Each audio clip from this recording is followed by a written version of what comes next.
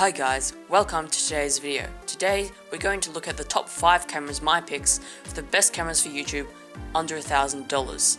All links will be in the description, and also check out the first and second parts for cameras under $300 and $500. Let's begin.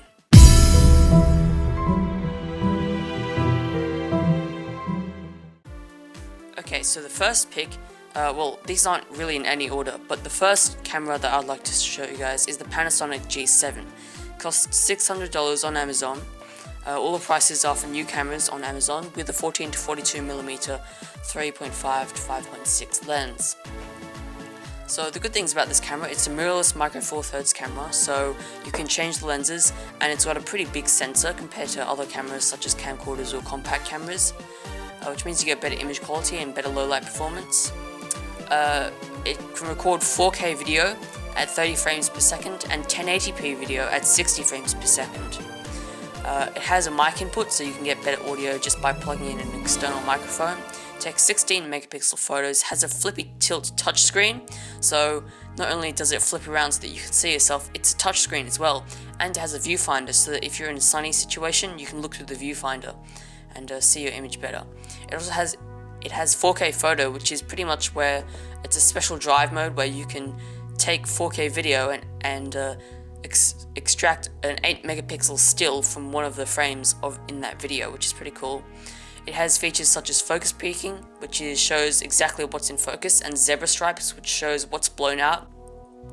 It's got great DFD autofocusing, and it's pretty much just a basically feature-packed camera, including things like post-focus, where it takes a 1 or 2 second 4K video where it vacs focus from the very stuff at the very front of the frame to the stuff at the very back of the frame, and then you can choose the frame you want in focus afterwards.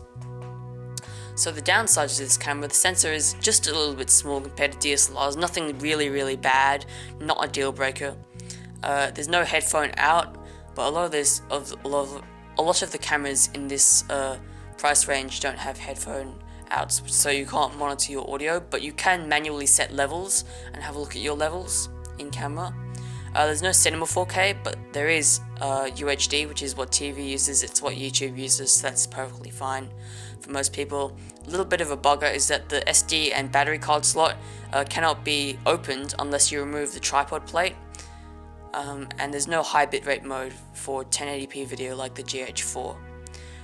And there's no built-in stabilization, it's only in the lens, but it does work in 4K video mode. So the next camera is a very different camera. It's the DJI Osmo, and it costs $530 on Amazon. Now, DJI is actually a drone company, and we can see what it looks like here. It does not look like a normal camera at all. Basically, what DJI did was they put the camera from the Inspire, which is their top line of drones, and they put it onto a handheld gimbal so that you get really smooth 4K video, which looks really nice. So you even get cinema 4K, so not just UHD, you also get cinema 4K for more professional video productions at 30 frames per second. And again, because it's on this really good gimbal that was used on drones and stuff, it's really steady video, probably the steadiest video you could get for this price. And also it's 4K, so you have really good stabilization. You have a mic input as well, but the downsides are that there's no headphone out like a lot of the cameras here. The sensor is a small 1 2/3 inch sensor, so that's something you'd find in compact cameras and such things. The minimum focus distance is 1.5 meters, so bad for vlogging, but you can get an extension arm, which makes it even more obstructive, but that will sort of help solve the problem. It has a short 1 hour battery, no screen, so you have to attach your phone, as you can see here, although it's not really a big issue, but it'll drain your phone's battery as well. And the tripod mounting can be a pain because the accessories and just the way it is, it's not a conventional camera, so you can't do a lot of things with it. And there's no place to mount a microphone. It has a mic input, but there's no hot shoe to put the mic onto, which is also a bit of a shame. So the next camera is the Sony AX33. It's a camcorder, and it costs $800 on Amazon. So again, it's a camcorder. It shoots 4K as well and 1080p 60. It has a Zeiss f1.8 lens, which is really nice, bright lens, and it has amazing image stabilization that works in 4K. Not as good as the DJI Osmo, but that's a bit of a different camera. This is probably the best image stabilization in a camcorder or a conventional camera or camcorder. It's really, really nice. It has 10 times optical zoom. It has lots of manual control, and you can see the manual control ring over the lens there at the front. It's got a flippy touch screen. It's got an electronic viewfinder as well, and it's got live stream capability. So if you're into that live streaming, maybe you do live streaming on YouTube, something like that, this may be a good camera for you. It also has 5.1 inch surround sound mic, so the sound is really good. But you can also plug in an external microphone, and you can also plug in headphones to monitor your audio. So very professional on that level. The downsides are that the sensor's sort of small, so sort of what you find in compact cameras, and compared to DSLRs, it's very bad in low light. Not much zoom for a camcorder. I mean, not necessarily a bad thing, but for a camcorder, it's not the best. The next camera is the Panasonic FZ1000. It costs $700 on Amazon. I don't know why I said with a 14 to 42mm lens.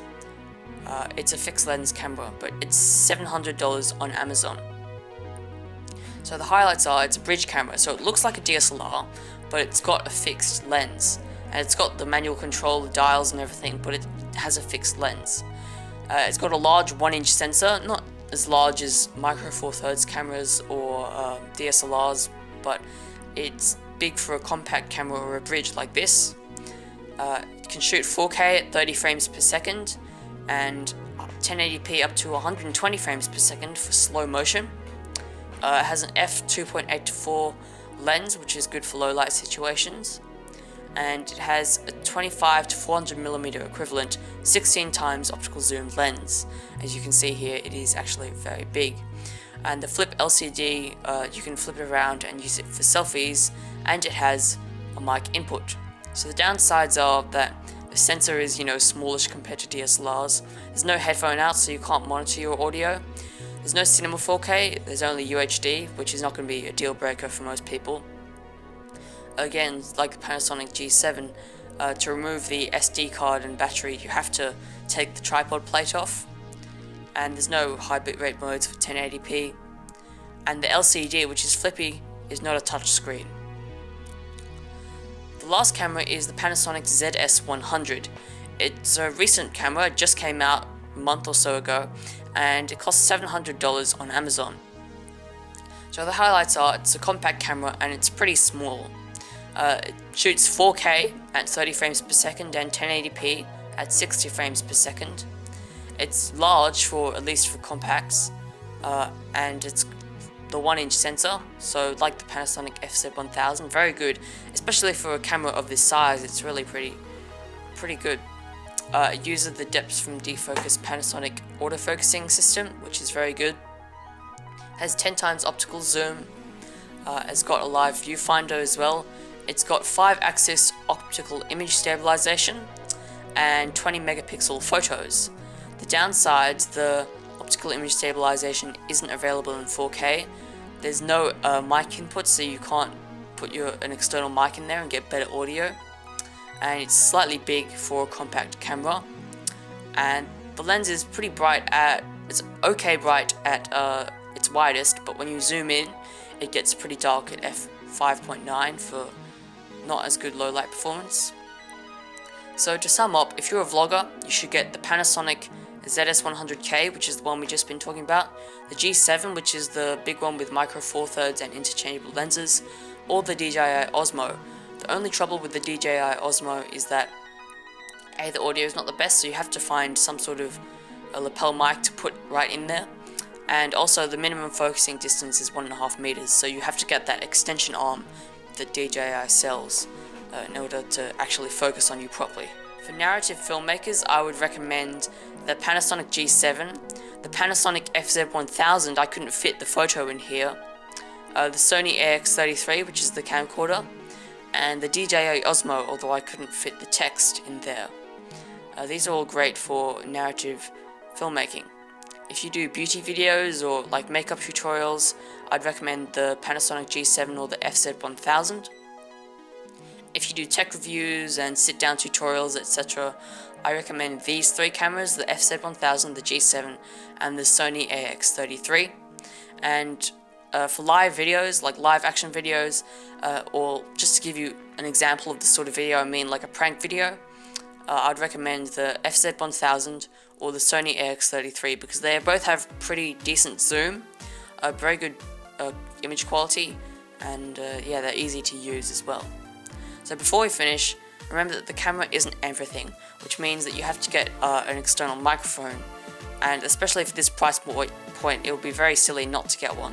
So I'd recommend the Rode VideoMic Pro, or if you don't have the budget, the Rode VideoMic Go. If you're a vlogger, you may want something different. You may want a lapel mic if you're doing a sit-down tutorial, that sort of thing. And you may also want to buy some lighting gear if you do sit-down tutorials or beauty videos. So thank you for watching. Also check out the first and second parts of this video, and all the links for everything will be in the description. I'll see you later. Bye.